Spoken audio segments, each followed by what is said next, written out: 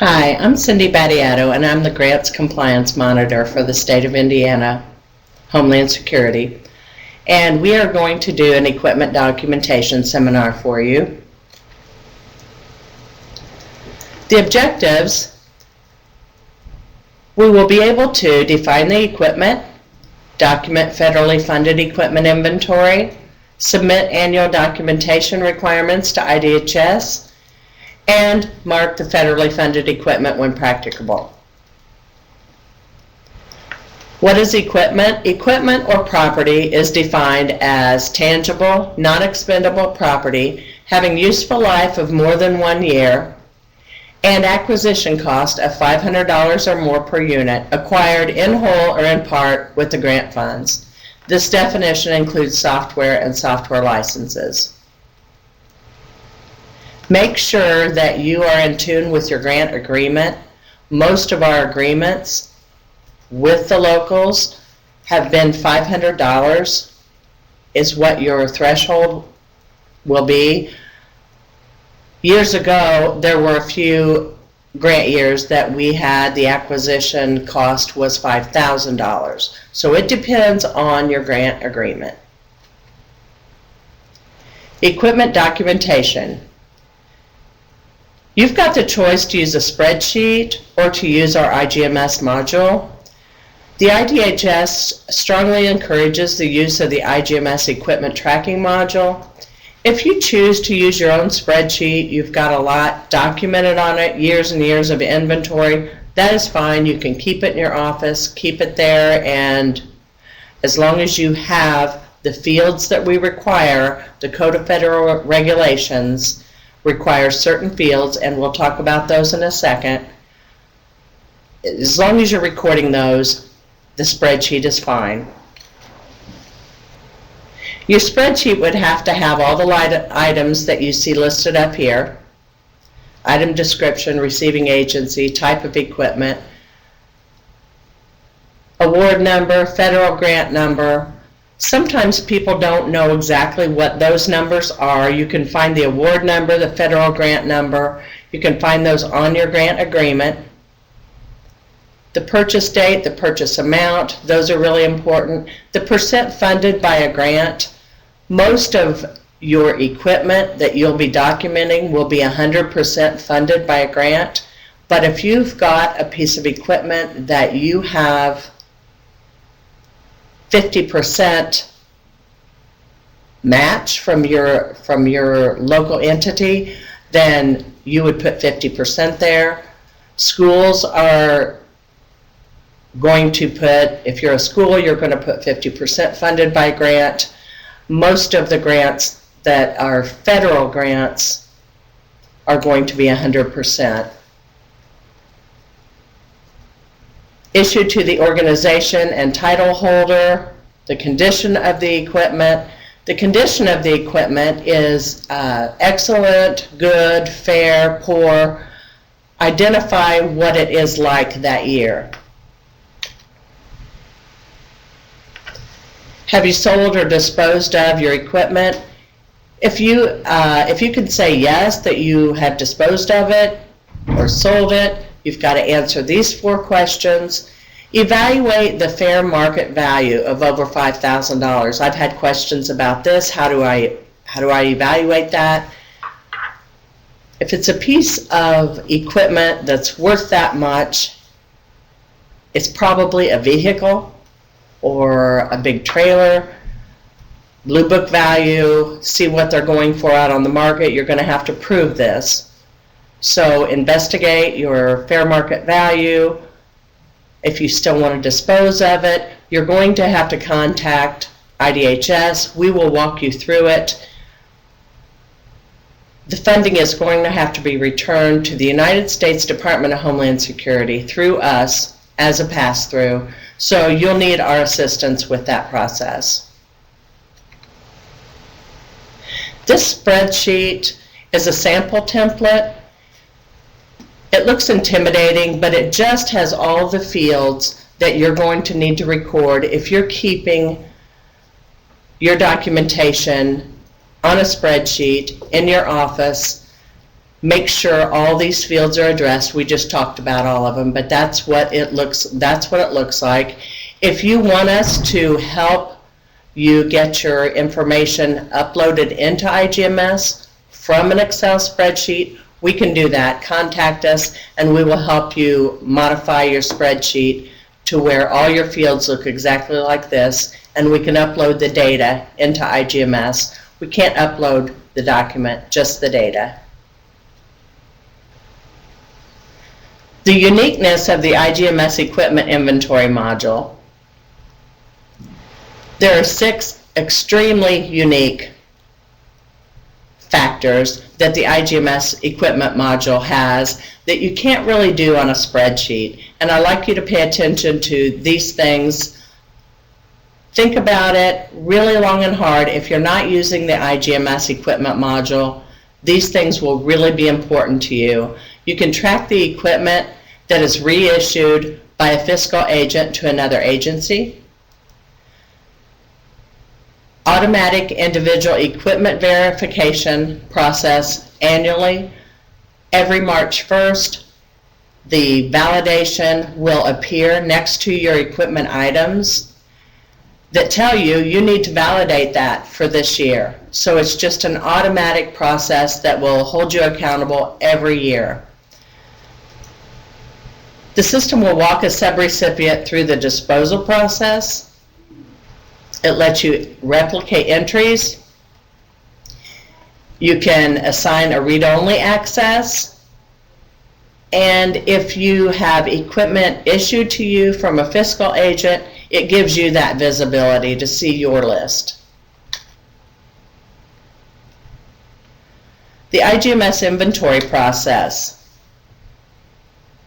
On your dashboard under Applications, you'll see Equipment Inventory. Click that link, and you'll end up on a page that says Create New Inventory.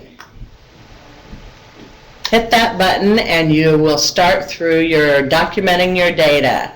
The description, all the other fields that we've already talked about, you can see that that's very, very similar, the same data, the same information that we talked about earlier on the spreadsheet. The receiving agency, you'll be able to choose, you have a drop-down. Gives you a choice of EMA, EMS, fire, law enforcement, other. If you're a school, you'll want to choose other.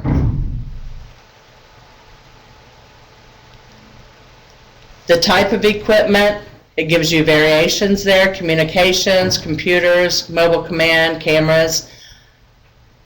Oftentimes I see people with a trailer. There's a lot of trailers out there that pull different things. That goes under transportation. Any other questions, let us know. This is for your documentation only. We're not going to care exactly what category you put it under if it's incorrect. Some of the technical things, the computers, projectors, put that under cameras, but sometimes people don't really put those in the right place. You're not going to be dinged. It's not really a troublesome thing. Don't spend a lot of worrying over this. Just choose your best category and then you'll know where to find it. Link to a fund allocation. When you choose this link, you'll be offered a drop-down with all of your awards that you have that are open. Choose the appropriate funding award, and then it will populate automatically these 5 items here, the percent funded with the grant, the tracking ID, the other ones you see listed here. It automatically ties your information to the actual RFE and to your funding. The issued to capability will link that piece of equipment to the organization, the person, and the date that you handed that off to someone. If you're a fiscal agent and you've got to deliver a lot of equipment to your different districts, different persons receive that, you put their information here. The email is not filled in right here, but you must fill in the email. It has to be that person's latest and greatest email.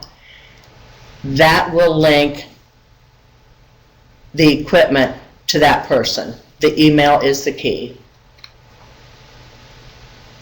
If you need to go and reset some information, perhaps you've changed email addresses, or the person that you gave it to has changed email addresses, or maybe you want to change the date, it wasn't in there correctly, go to the reset button.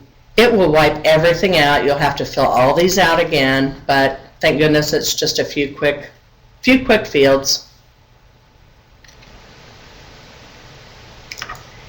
If the person you issued it to as a fiscal agent decides they need to give it to an officer or someone who's working out in the field, this is where they go to document who they gave it to. And it will, as you save it, it will save the date.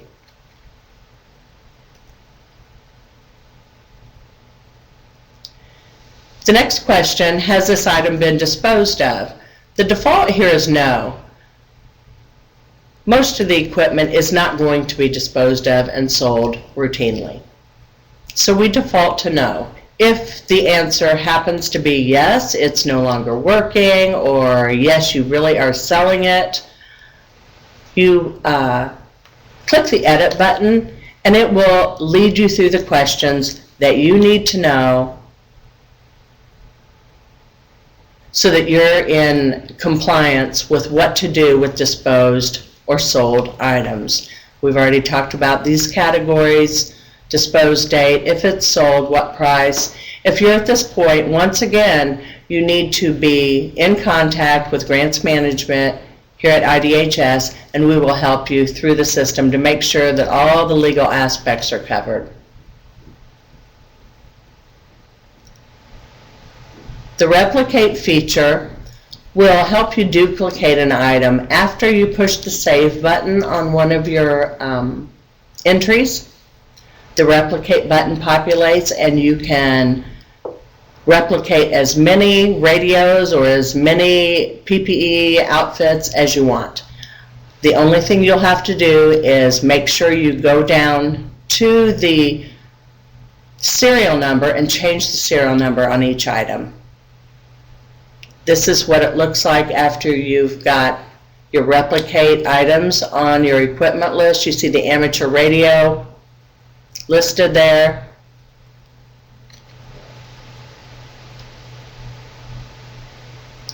Issued to me. If you are an EMA director but are not a fiscal agent, your fiscal agent has issued equipment to you perhaps. You want to go in and check every once in a while and see what your list looks like. Make sure the items that were issued to you are really in your possession. Make sure that they were entered correctly. Make sure that the dates and the amounts. Just verify everything. Every once in a while, go in and look at that. The read-only access is for admins, auditors, people who work in your office that might need a view as to what is on your equipment list, but they really can't change or do anything. So if you want to give someone read-only access, specify their email and just hit submit here. The equipment inventory has a function that you can search through your equipment list. You would be on the My Inventory list as seen here on the screen.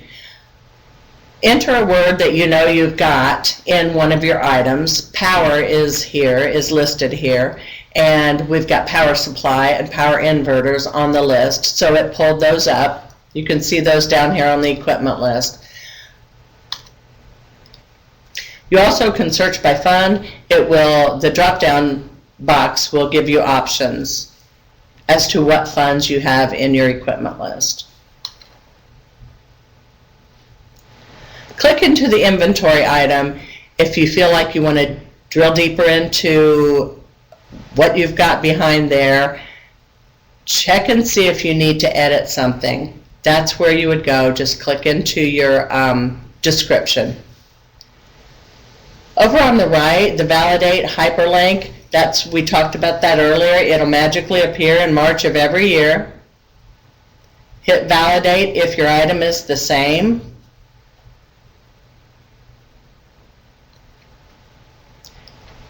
Then it will appear with a green check mark and it will say validated. So that's all you have to do if you've got your information in the system.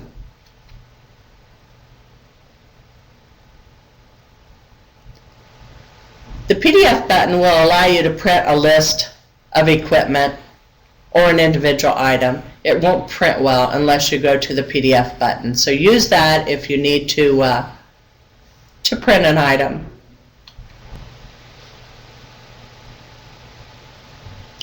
Annual documentation requirements. Validate and reconcile the records. A control system also needs to be sent to IDHS. Validating your records annually. We talked a little bit about this. If you've kept your records on a spreadsheet, you need to verify what equipment you still have. Please sign it and date it and send it to IDHS. At this point, if you know that an item is no longer working, if it's been stolen or lost, that's when you need to identify these items. Take them off your inventory, put a date next to, I would put a line through it. I wouldn't erase them from there. Put a line through it and explain what has happened to your inventory. Sign it, send it to us. If you've kept your records in the IGMS system, you will only have to validate the box next to each equipment item. A control system shall be in effect to ensure the adequate safeguards to prevent loss, damage, or the theft of property. Any loss, damage, or theft shall be investigated and fully documented.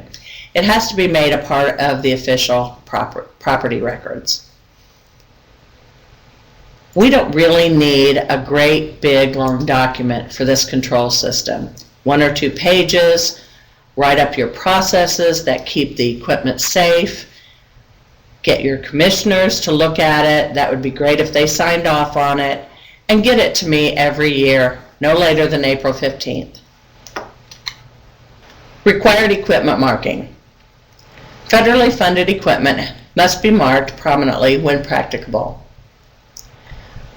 According to the Homeland Security Grant Guidance, equipment has to be marked with the following phrase: purchased with funds provided by the U.S. Department of Homeland Security.